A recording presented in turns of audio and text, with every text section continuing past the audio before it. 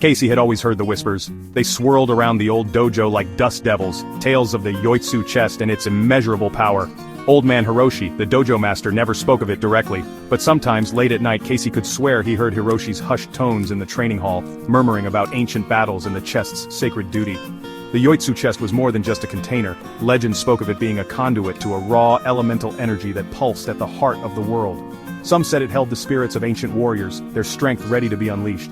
Others claimed it was a map, a guide to a hidden land of unimaginable power. Whatever the truth, one thing was clear: the Yuitsu chest was not something to be trifled with. Casey wasn't sure what to believe. He was just a kid, barely a teenager, training in the way of the sword at his grandfather's dojo. But something about the legend of the Yuitsu called to him. He could feel its pull, a low hum in his bones urging him to understand its secrets. He had no idea how closely his fate would soon be intertwined with the chest's. Little did Casey know, a storm was brewing, a darkness that would test his courage and force him to confront the true meaning of power. The whispers of the Yuitsu chest were about to become a roar, and Casey would find himself standing at the very center of the storm. The threat announced itself not with a bang, but with a whisper, a name uttered in hushed tones, sent shivers down the spines of even the bravest warriors. The Ring. Led by the enigmatic and ruthless Temple, the Ring was an organization shrouded in secrecy, its true motives as elusive as smoke. Rumors of their exploits spread like wildfire through the martial arts world. Whispers of stolen artifacts, sabotaged tournaments, and masters mysteriously vanishing from their secluded dojos. The Ring's reach was long, their methods ruthless. They were cancer, slowly but surely corrupting the ancient traditions of honor and discipline. Temple, their leader, was a figure of chilling legend. Some said he was a former student of old man Hiroshi himself, cast out for his insatiable lust for power. Others claimed he had uncovered forbidden knowledge, bending the very forces of nature to his will. All agreed on one thing: Temple would stop at nothing to achieve his goals. His obsession, it turned out, was the Yuitsu chest. He believed it held the key to unlocking a power that would make him unstoppable, allowing him to reshape the world in his own image, and he was coming for it. The air in the dojo crackled with a new intensity. Gone were the lighthearted spars and playful challenges. Old man Hiroshi's normally jovial face was etched with concern, his movements sharper, more deliberate. The threat of the Ring hung over them like a dark cloud, a constant reminder that the stakes had been raised. Casey trained with a newfound ferocity, the weight of the legend settling upon his young shoulders. Hours were spent honing his swordsmanship, his movements becoming fluid, almost instinctive. He pored over ancient scrolls, deciphering their cryptic messages about the Yuitsu and the powers it held. But he wasn't alone. At his side was Namiko, another student at the dojo and Casey's oldest friend. Fiercely independent and skilled with a bow staff that moved like an extension of her own body, Namiko was more than ready to face whatever danger came their way. Their bond, forged in sweat and shared determination, would be their greatest weapon. As the days turned into weeks, they pushed each other to their limits, learning to anticipate each other's moves, to trust each other implicitly. They knew that when the time came they would need to stand together, a united front against the encroaching darkness. The first attack came without warning, a swift and brutal strike that shattered the peace of the dojo. A group of masked figures, their movements honed to a razor's edge, descended upon them under the cover of darkness. The clang of steel against steel echoed through the night, the air thick with the smell of sweat and fear. Casey fought with the heart of a lion, his wooden practice sword suddenly feeling woefully inadequate. He parried and thrust, his movements fueled by adrenaline and a desperate need to protect his home, his family. Beside him, Namiko moved like a whirlwind, her bow staff a blur of motion as she disarmed and disabled their attackers with a dancer's grace. They fought their way through the courtyard, each victory hard won, each breath a victory in itself. But the Ring's forces were relentless, their numbers seemingly endless. It was then that Casey realized this was no random attack. This was a calculated assault, a message. The Ring was coming for the Yuitsu and they would stop at nothing to get it. As quickly as they had arrived, the attackers melted back into the shadows, leaving behind a trail of broken bodies and a chilling silence. The message was clear: this was only the beginning. Section 5. The dojo stands strong. The attack on the dojo had shaken them, but it had also ignited a fire in their hearts. The elders, masters in their own right, shared their knowledge, teaching Casey and Namiko ancient techniques passed down through generations. They learned to harness their inner strength, to channel their focus into a weapon more powerful than any blade.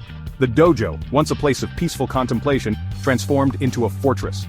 They reinforced the walls, set traps, and practiced their defenses until every student, young and old, moved with the precision of a well-oiled machine.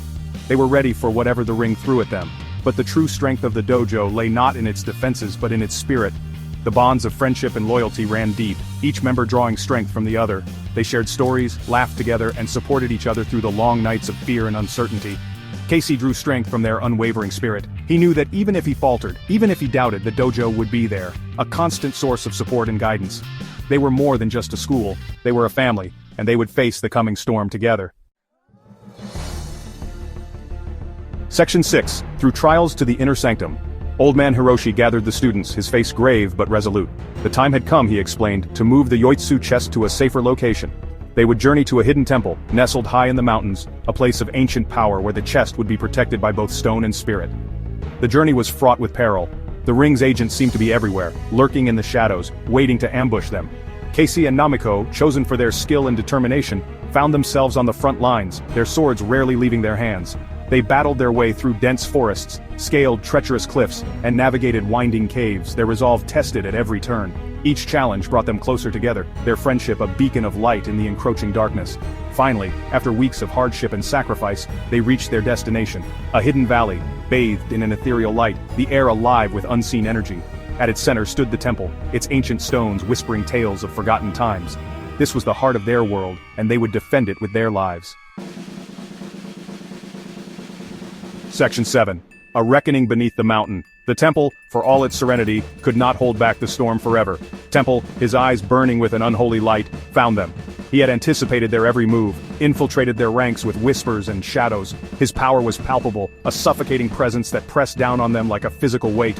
A fierce battle erupted within the temple walls, the clash of steel echoing through the sacred halls.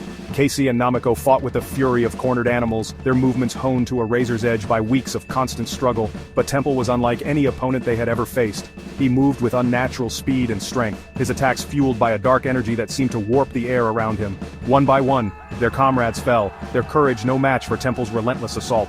Despair threatened to consume Casey, the weight of responsibility crushing him. He looked at Namiko, her face streaked with sweat and dust, but her eyes still burning with defiance. And in that moment, he knew he couldn't give up. He had to fight, not just for the chest, but for his friends, for the legacy of the dojo. The air crackled with energy as Casey and Temple faced off, their blades a blur of motion. Casey fought with the heart of a lion, but he was tiring, his strength failing. He knew he couldn't defeat Temple through brute force alone. He had to be smarter, quicker, and he had to find a way to turn Temple's own power against him. Section 8. Echoes of Ancient Power. As Temple lunged, his eyes gleaming with triumph, Casey did something unexpected. He dropped his sword. Temple faltered, momentarily surprised by the seemingly foolish act. But Casey wasn't giving up. He was remembering a lesson old man Hiroshi had drilled into him. True strength lies not just in the sword, but in the heart, in the will to protect what you love. Taking a deep breath, Casey focused his chi, channeling all his energy, all his fear and determination, into a single powerful strike. He met Temple's astonished gaze and unleashed a ki, a battle cry so primal, so filled with raw power that it shook the very foundations of the temple. The force of the ki slammed into Temple, throwing him back against a stone pillar. The impact dislodged a shower of dust and debris, momentarily obscuring them from view. As the dust settled, a stunned silence fell over the remaining combatants. Temple lay motionless on the ground, his eyes vacant, the dark energy that had animated him seemingly extinguished.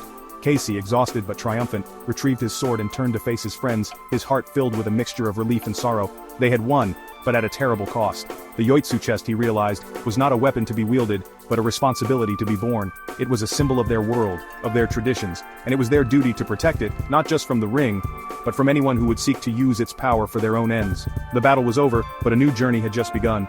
The journey of understanding true power and using it wisely.